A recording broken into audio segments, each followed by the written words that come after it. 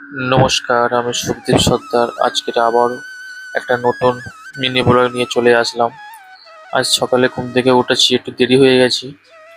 আর ডক্টরখানা যেতে হবে, তো তাই তাড়াহুড়ো করে মা রান্না করেছে। আর এদিকে মা আমাকে খাওয়াতেও চলে এসছে। তা কোনো রকমে এক মুঠো ভাত খেলাম। আর খাওয়াটা হয়ে গেছে, তারপরে আমার তো ওষুধ খেতে হয়, অনেক কটা ওষুধ খেতে হয়। সকালে 3টে, দুপুরে 1টা, রাত্রেবেলা 4টে।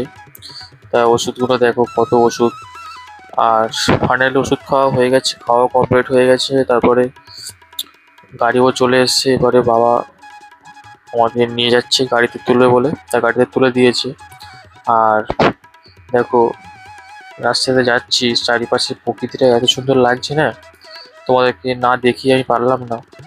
কারণ সবসময় তো ঘরেতে পড়ে থাকি, তাই যে প্রকৃতিটা এত সুন্দর মানে লাগছে, তোমাদের কি বলবো। আর আর ডাক্তারখানাতে গিয়েছিলাম, ফিজিওথেরাপি করতে গিয়েছিলাম। তা ব্যায়াম করে চলে এসেছি বাড়িতে।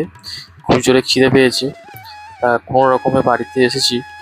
আর এসেই মুখ হাত পা ধুয়ে নিয়ে চিড়ে ভাজা মা ঘরেতে রেখেছিল, দোকান থেকে কিনে এনে সেটাকে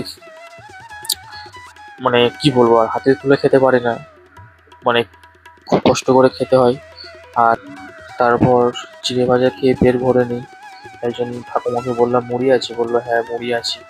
তাই মুড়ি, আলু ভাতে আর দুপুরের যে তরকারি ছিল খেয়ে গিয়েছিলাম ডাক্তারখানাতে, সেই তরকারিটা দিয়ে মুড়ি দিয়েছে।